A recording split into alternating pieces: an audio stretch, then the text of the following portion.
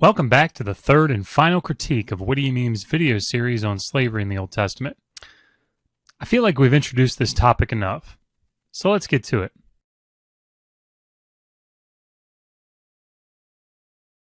But I think this gives us a good time to highlight exactly why slavery was needed in this culture. What people don't realize is that there weren't a million jobs for people like there is today. If you were a farmer and you had crops that got destroyed or didn't produce, then how are you supposed to survive? Say you owe people a lot of products, then how are you supposed to pay your debt and provide for your family? Essentially, the only option would be for you to go live with someone else, have them provide food and clothing for your family and yourself, while also working to pay off your debt at the same time. So slavery was needed in this society in order for it to continue on, and that's why it makes a lot more sense to me for God to regulate slavery rather than abolishing it. This is an argument that I hear quite often. It can also take the form, well, the people were going to do it anyway, no matter what God commanded. So he set regulations in place to make it better until it could be abolished. The assumption here is that although God could come and miraculously or supernaturally transform the context of these people in order for slavery to no longer be necessary, he doesn't work that way, at least not in this case. The fundamental flaw with both of these arguments is that God in fact did command things in the law that required regular supernatural intervention in order for them to work. A very clear example of this can be seen in Deuteronomy 15. Ironically, this passage deals with laws concerning slavery. Deuteronomy 15, 1-11 commands the Israelites to cancel debts that are owed by fellow Israelites every 7 years. This was not 7 years from the origination of the loan, but every 7 years in general. In other words, if this law hypothetically began in year 1, then in year 7, all debts of Israelites would be canceled. Then again in years 14, 21, and so on. Thus, if a man loaned 100 shekels of silver, for example, to another Israelite in year 13, you might imagine that there would be some concern on the part of the creditor, as he would have to simply forgive that debt in the following year. This could be disastrous for the economy, not to mention the morale of the people in general. However, this is anticipated by God in the law. If anyone is poor among your fellow Israelites in any of the towns of the land the Lord your God is giving you, do not be hard-hearted or tight-fisted toward them. Rather, be open-handed and freely lend them whatever they need. Be careful not to harbor this wicked thought. The 7th year, the year of canceling debts, is near, so that you do not show ill will toward the needy among your fellow Israelites and give them nothing. They may then appeal to the Lord against you, and you will be found guilty of sin. So, God anticipated the problem and commanded them to lend the money anyway. But how would he take care of the potential problem? Give generously to them, and do so without a grudging heart. Then because of this, the Lord your God will bless you in all your work, and in everything you put your hand to. In other words, God promises that if the Israelites would lend their money, even when they knew they would lose it, God would supernaturally take care of them by ensuring that all that they did would prosper in the land. This is the basic theme, by the way, of Leviticus 26 and Deuteronomy 28, where the nation is promised that if they would obey God's commands, they would be supernaturally blessed in everything that they did, or supernaturally cursed if they disobeyed. Tige writes, Moses anticipates a complication arising from the preceding law. Even those who would normally be willing to lend to the poor might be reluctant to do so as the year of remission approaches, since they would very likely lose what they loaned. Moses urges the people to disregard such calculations, arguing that God would bless further prosperity to those who do lend to the poor, and would punish those who refuse to lend. This principle carries over into the following section, where the people are commanded to release Hebrew slaves after 6 years, and to provide them liberally from their possessions. And when you release them, do not send them away empty-handed. Supply them liberally from your flock, your threshing floor, and your winepress. Give to them as the Lord your God has blessed you. Again, the difficulty with releasing a slave is anticipated. Do not consider it a hardship to set your servant free, because their service to you these 6 years has been worth twice as much as that of a hired hand. And the Lord your God will bless you in everything that you do.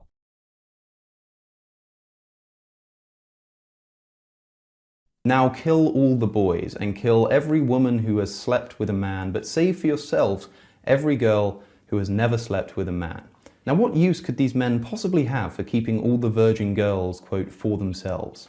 I wonder. So let's talk about what's going on in the chapters before this verse and why God commanded for them to keep the virgins alive. So the basic context here is that the Midianites teamed up with Balaam and they came up with a plan to lead the Israelites into pagan worship and for the women to lead the Israelites into pagan worship through ritual sex. At Peor, the Midianite women deliberately seduced the Israelite men into orgies and worshiping Baal. The women also cursed God's people, and this is why we read in the verse immediately before the one that Cosmic Skeptic quotes, we read Moses saying, "Have you allowed the women to live?" he asked them.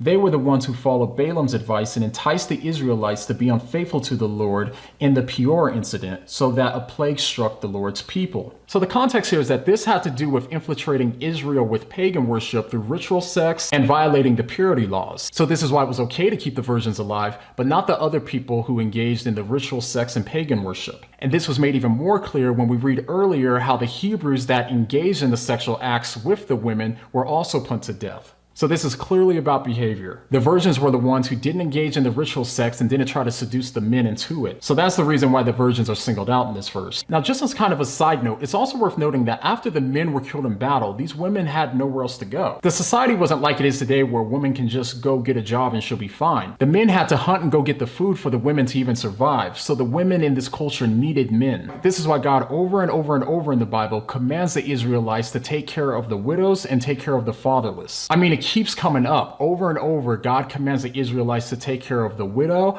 the fatherless, and the foreigner. So these women were actually added to the families of the Israelites, and the Israelites were commanded to treat them as such and to love them as wives. So for Cosmic Skeptic to say that these women were sex slaves shows that he's not familiar with the context, nor is he familiar with any of the literature written on this verse.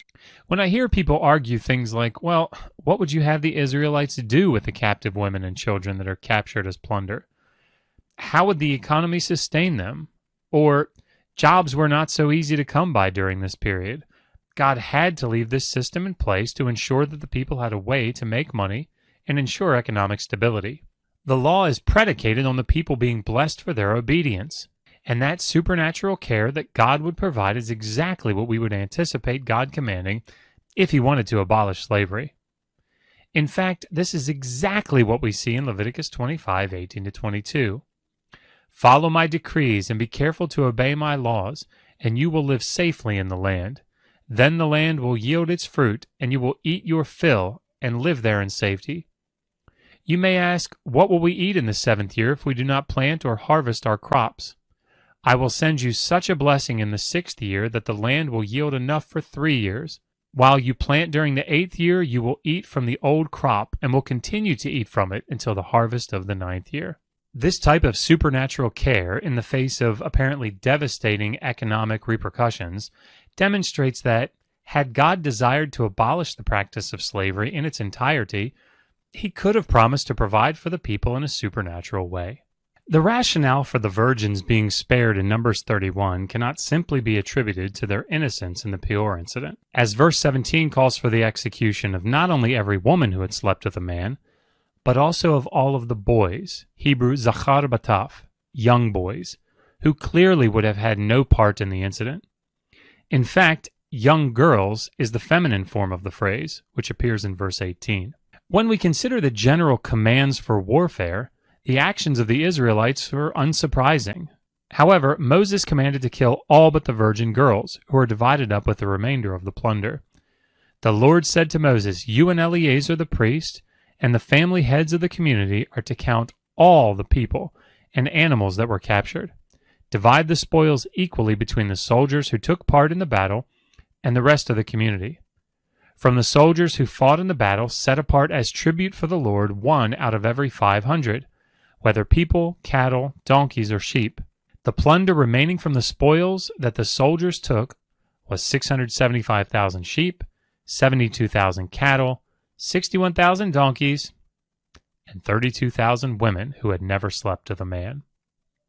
The virgin women were plunder, and these would have been either reduced to slavery or gone through the process to become a wife.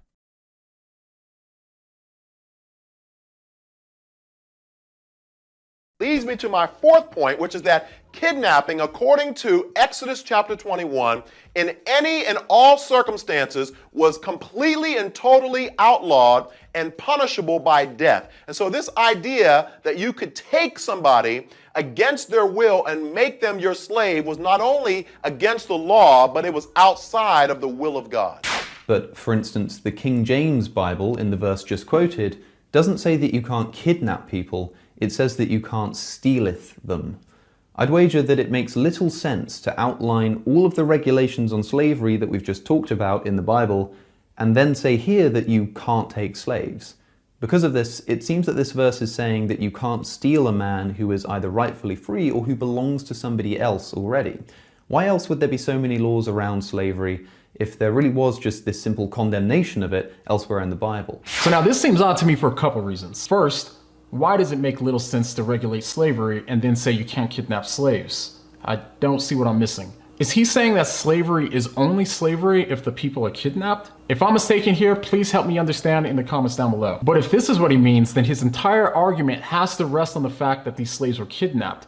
And if so, then that's really bad news for him. Second, notice how the verse gives the death penalty for not only anyone who kidnaps a man, but also for anyone who's caught with a man that's kidnapped. So you can't be like, yo, it was him. I mean, you would get the death penalty in both cases. This is a super strict restriction on kidnapping people. Also, we read Paul citing the law in 1 Timothy 9 through 10. In it, he says how it's wrong to kidnap a man. Not to mention, I haven't seen a single shred of evidence or a single verse imply that it's okay for you to go kidnap a man. In the Leviticus passage that he quotes, it specifically says in that passage, buy or sell. It doesn't say go out and kidnap. The closest thing we see to that are prisoners of war, but prisoners of war are a whole new category. It's not like these are innocent people who are just kidnapped. As we discussed in the first video in this series, there is some debate concerning the meaning of Exodus 21:16 and whether it refers to kidnapping an Israelite free citizen or to kidnapping in general.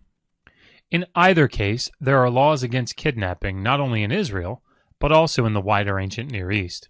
Okay, so consider this. Say that you're in battle at a time like it was in ancient Israel, and those who you're at war with will kill you and your family and everyone you love any chance they get because they will show you no mercy. So say you win. Now, what do you do with those that are still alive? You have three options that I can think of. One, you kill the rest of the soldiers, which seems like the obvious choice in this sort of situation. This is the clear choice for most of the armies at the time. Or two, you can let them go free. But if you let them go free, they can seek revenge and plot to kill you and your family while you're asleep. So leaving them alive is an obvious risk. Or three, you can allow them to live and to come work for you. In the third option, you're actually extending them mercy by letting them live. But again, you can't just let them roam free. So allowing people from a captured army to come live among you means that obviously they're going to be a bigger threat. The captured army members could potentially start an uprising. So the prisoners of war are obviously going to have more restrictions. They're going to be working a lot harder and they're going to be under closer supervision. But even with this, Israel was still commanded to love those prisoners of war. When a group of people come from another country and come to America and try to kill the American people, we're either going to kill them or put them in prison. And this would be even worse if they tried to overthrow or take over America. There's nothing unethical about killing those people or putting them in prison. In fact, it would actually be unethical for you to allow those people to roam free and allow them to continue being a threat to the American people. So instead, if they weren't killed and they were put in a prison where they had to do brutal work and work really hard, I wouldn't call that slavery. I would call them prisoners. This is another idea that I hear thrown around a lot. The foreign slaves that are mentioned in the biblical laws, especially in Leviticus 25:44-46, are prisoners of war. And what else would they do with them, Josh? You can't let them stay in their homeland, and you can't let them roam free in your country. So enslavement is the only logical option. Let's examine the biblical laws concerning the practice of warfare. In Deuteronomy 20, we see God's commands to the Israelites when they go out to war against the nations. Beginning in verse 10, we read, "When you march up to attack a city, make its people an offer of peace. If they accept and open their gates, all the people in it shall be subject to forced labor and shall work for you." This is scenario 1. The Israelites march up to a city, and the inhabitants surrender without a fight. This is the best case scenario for the city. Because they surrendered, they will not be attacked, and the people will only be subject to corvée labor. However, Scenario 2 results in more dire consequences for the city. If they refuse to make peace and they engage you in battle, lay siege to that city. When the Lord your God delivers it into your hand, put to the sword all the men in it. Let's pause for a second. If the city does not surrender, then the Israelites are to lay siege to it, and when it falls, they are to kill all of the men. Let me say that again. They are to kill all of the men, all of the men, all of the men of that city. This emasculation of the city renders it essentially defenseless. Only the women and children are left. As for the women, the children, the livestock, and everything else in the city, you may take these as plunder for yourselves, and you may use the plunder the Lord your God gives you from your enemies. So, all of the men, the soldiers, are to be killed, and the women, children, cattle, etc. are to be taken as plunder. It seems incorrect to call these prisoners of war, as they were not combatants. They are more appropriately plunder, or the spoils of war. So this idea that there were bands of soldiers that would be left behind who must be either guarded or enslaved is simply not in keeping with the rules of engagement, as far as the law was concerned. The men were to be killed. It is also worth noting that this practice only applied to a certain type of city. This is how you are to treat all the cities that are at a distance from you and do not belong to the nations nearby. However, in the cities of the nations the Lord your God is giving you as an inheritance, do not leave alive anything that breathes. This practice of offering peace initially and war if rejected only applied to the nations that were outside of the land of Israel. Those inside of the land were not given such options. They were to be wiped out as they were under the ban. In short, the idea that there were bad guys that would be left over during wartime and that these were the slaves that are pictured in the law is simply not something that the law accounted for. The soldiers were to be killed, period. The foreigners were slaves from the surrounding nations that were purchased by the Israelites, or they were likely debt slaves that were foreign tenant farmers dwelling in the land of Israel.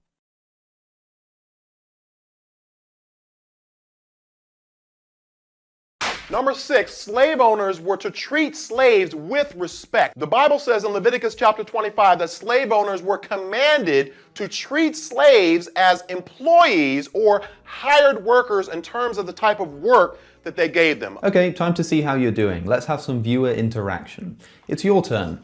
Can you guess what we'll find if we look at the verse that comes just before the one that this guy just quoted? I'll give you a second.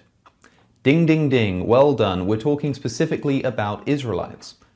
Oh, wait, no, sorry. The Bible doesn't specify that it's talking about Israelites in the preceding verse, because it does so in the exact verse being quoted.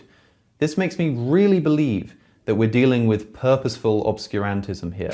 Can you believe this guy? So Cosmic Skeptic is trying to make Parr look dishonest, but what he doesn't realize is that Parr doesn't have the same distinctions in mind that he does with the whole foreign slave and non-foreign slave thing. This is because in the Bible, there's rarely distinctions made between the Hebrew slave and the non-Hebrew slave. And as mentioned in the last video, the only time that I see these distinctions made is when it comes to land. This whole concept about there being this gigantic distinction between the Hebrew slave and the non-Hebrew slave is so ridiculously exaggerated and blown out of proportion that it's not even funny. This is why people who hold this view almost always quote Leviticus 25:44-46. This is the only verse that I can think of that on the face of it seems like there's this big distinction between the Hebrew slaves and the non-Hebrew slaves. But what's so ridiculous about this is it's that hard to find this elsewhere in the Bible, and they've created an entire doctrine out of this one passage. As we have discussed previously, the reason that Leviticus 25 is a proof text for the distinctions between foreign slavery and Hebrew slavery is because it is the passage that specifically makes this delineation. Accusing people of always going to it because they have nowhere else to go, as an accusation, could be considered akin to critiquing someone who goes to Genesis 6-8 all the time to explain the biblical flood. At any rate, Cosmic Skeptic's critique is clearly valid here. Whether Parr is intentionally being imprecise here, asserting that slaves were to be treated as hired workers is at best misleading, particularly given the context in which this discussion is taking place. It does indeed seem strange to me that Parr would make this statement about slavery as if it applied to all slaves. This is at least how Cosmic Skeptic understood it, as did I. We know, of course, that the laws concerning Israelite slaves were preferable. This is exactly the point of the text. In fact, as we have seen, Leviticus 25 represents an improvement in the situation of the Hebrew slave, as they are no longer able to be treated as a slave, but as a hired worker. To critique Cosmic Skeptic for calling attention to this imprecision of Parr is, in my opinion, a bit strange.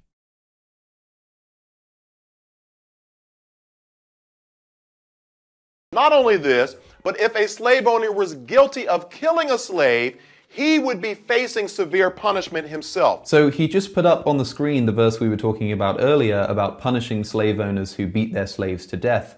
But surprisingly, he fails to highlight that there's no punishment if the slave manages to get up after the beating. I wonder why this might be. It's because Cosmic Skeptic is factually wrong here and Parr is factually right. It's because Cosmic Skeptic has failed to read the following passages which explicitly state that there is punishment if you hurt your slave. We also discussed this in detail in the last video. In my view, the fact that he's wrong and Parr is factually right and he's ignorant about this fact is just quite embarrassingly ridiculous. Hey, I couldn't have said it better. Thanks. Well, that Parr is factually right and Cosmic Skeptic is factually wrong is not borne out in the data, in my opinion. The idea that there is a necessary punishment for the master in Exodus 21:21 is not in the text, and both the ancient and modern understanding of the text agree. We have discussed Exodus 21:20-21 in other places, so I will keep my comments brief. But here is the gist of the passage. Although there are several points that are debated in these verses, is this a debt slave or a chattel slave? Does the word nakam, punish, mean to kill or not? Does the slave survive after a day or two, or does he die? What does the phrase, he is his money, specifically refer to? There is general consensus as to the overall meaning. In verse 20, the general circumstance is set up. A master has beaten his slave. Now, if the slave dies immediately as a result, the master is to be punished in some way, as it would be assumed that he intended more than simple discipline. However, in verse 21, if the slave survives at least a day or two, then it would likely be assumed that the master did not intend homicide, and there would be no punishment, as the slave is his money. Verses 26-27, concerning the eye and tooth, as we discussed in a previous video, are likely indicators of abuse, as the master would have beaten the slave, with the rod, about the face and the head, which would entitle them to their freedom. The rest of the video covers topics that we have already discussed or that are not terribly relevant to the discussion, in my opinion. The question of slavery based on race was brought up, so I will address it briefly. I have no expertise in the issue of racism, and so I will be reserved in my comment on its proper definition. But if we define racism as a brief Google search does, prejudice, discrimination, or antagonism directed against someone of a different race based on a belief that one's own race is superior, or the belief that all members of a race possess characteristics or abilities specific to that race, especially so as to distinguish it as inferior or superior to another race or races, then I think Whaddo You Meme's critique of Cosmic Skeptic is a bit flawed. By the time of the writing of Leviticus 25, the law called for the Israelites only to take slaves from those who were non-Israelites. If those of a different race, whatever race they might be, were treated differently on the basis of their Israelite or non-Israelite status, then this would fit well, it seems to me, with the definition of racism. In the end, I agree with much of what Cosmic Skeptic articulates in his video, and I disagree with much of what Parr and Whaddo You Meme critique Cosmic Skeptic on. Now, one of the issues with these types of video reviews is that the participants cannot respond in real time to criticisms. Thus, Skylar Fiction and I would like to offer to have a live discussion on the Non Sequitur show on the topic of slavery with Whaddo You Meme, Pastor Mike Winger, and Capturing Christianity, as they seem to generally agree on these issues and have collaborated on topics together in the past. In this way, any critiques or challenges that I have made in these videos can be addressed in real time. I think that this type of open dialogue would benefit not only the audience, but the participants as well. We would also be very happy to discuss this topic with Cosmic Skeptic.